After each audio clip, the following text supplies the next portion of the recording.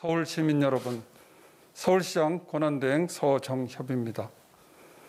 오늘 0시 기준 서울 지역 신규 확진자 수는 전일 대비 140명이 늘어난 총 2,889명이며 오늘 0시부터 14시까지 추가 확진자는 40명입니다. 일주일 가까이 일일 추가 확진자 수가 세 자릿수를 이어가고 있고 다양한 경로로 확진자가 나오고 있어 여전히 2차 대유행에 대한 경각심이 고조되고 있는 상황입니다.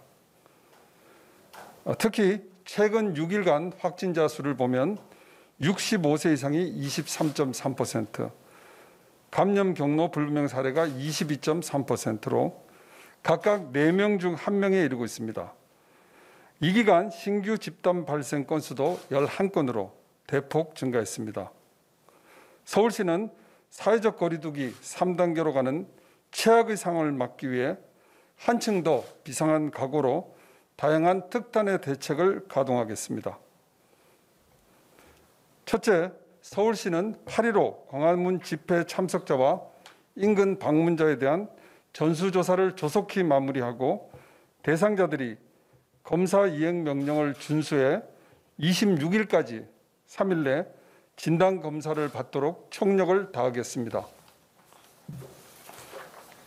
서울시는 지난 21일 저녁 중수본으로부터 8월 15일 광화문 집회 인근에 30분 이상 체류한 것으로 보이는 휴대전화번호 1576건의 명부를 받았습니다.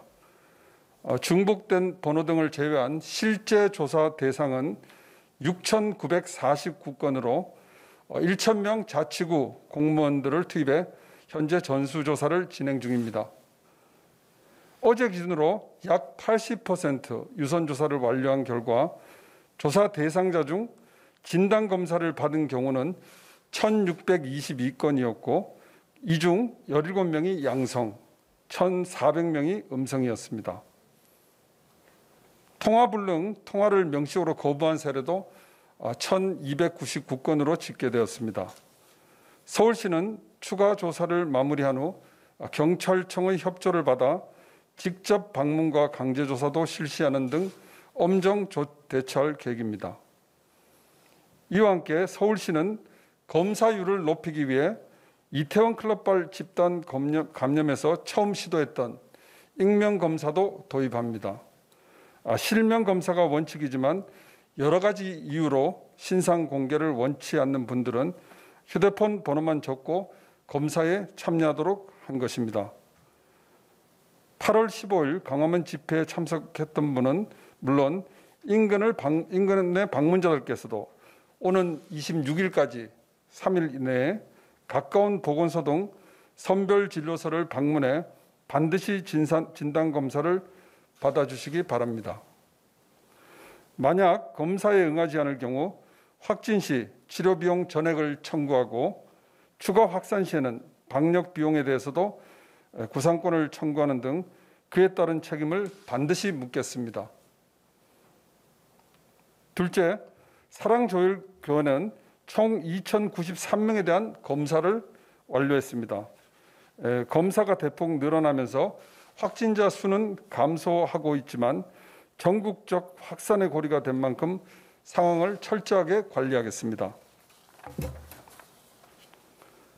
서울시는 지난 주말부터 중수본, 방대본, 경찰청 등과 합동으로 역학조사를 추진해 교인 명부, 예배 참석자, 교회 숙식자 명단, 8.15 관련 행사 관련 계획과 회의록 등을 확보한 바 있습니다. 현재 이 자료들을 중수본이 총괄해 검경과 서울시 등이 투입돼 분석 중이며 추가로 확인된 명단에 대해서는 신속하게 검사를 받을 수 있도록 조치하겠습니다.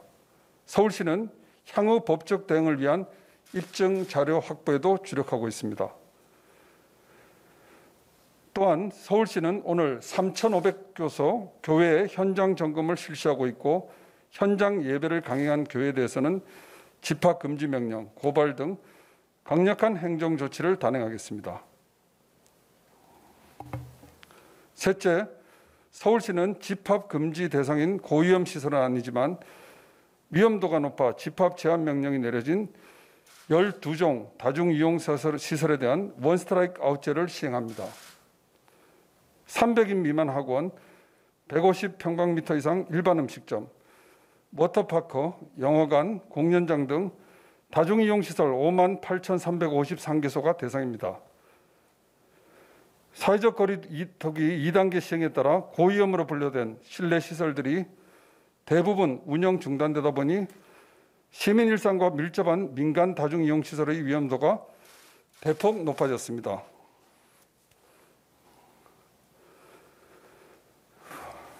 그동안 민생의 어려움을 감안해 방역수칙 위반 행위에 대해 행정지도, 계도 등에 그쳐왔지만 상황이 엄중한 만큼 한시적으로 행정명령의 실효성을 대폭 높여 코로나19 확산세를 억제하는 데 총력을 다하고자 합니다.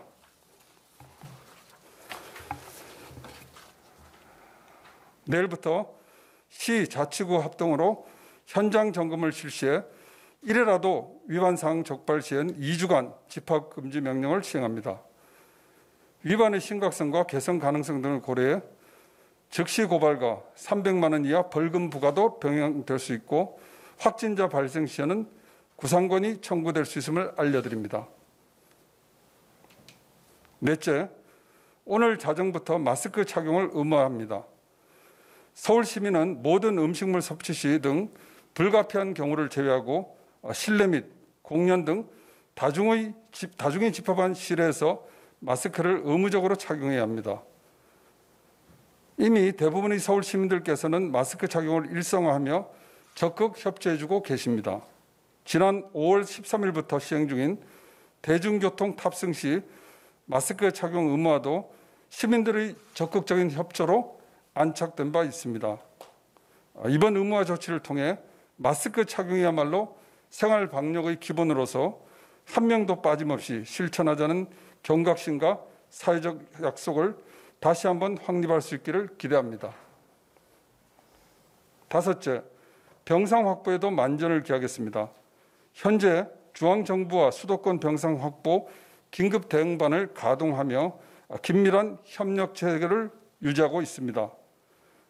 생활치료센터의 경우 남산 유스호스텔, 태릉 선수촌, 한전 인재개발원, 은평 소방학교 등 765개 병상에 이어서 물레동 유스호스텔, 이천 국방어학원, 경기 소재 공공시설 1개소 등 총 3개소 900병상의 생활치료센터를 다음 주 추가로 확보해 운영하에 들어갈 예정입니다.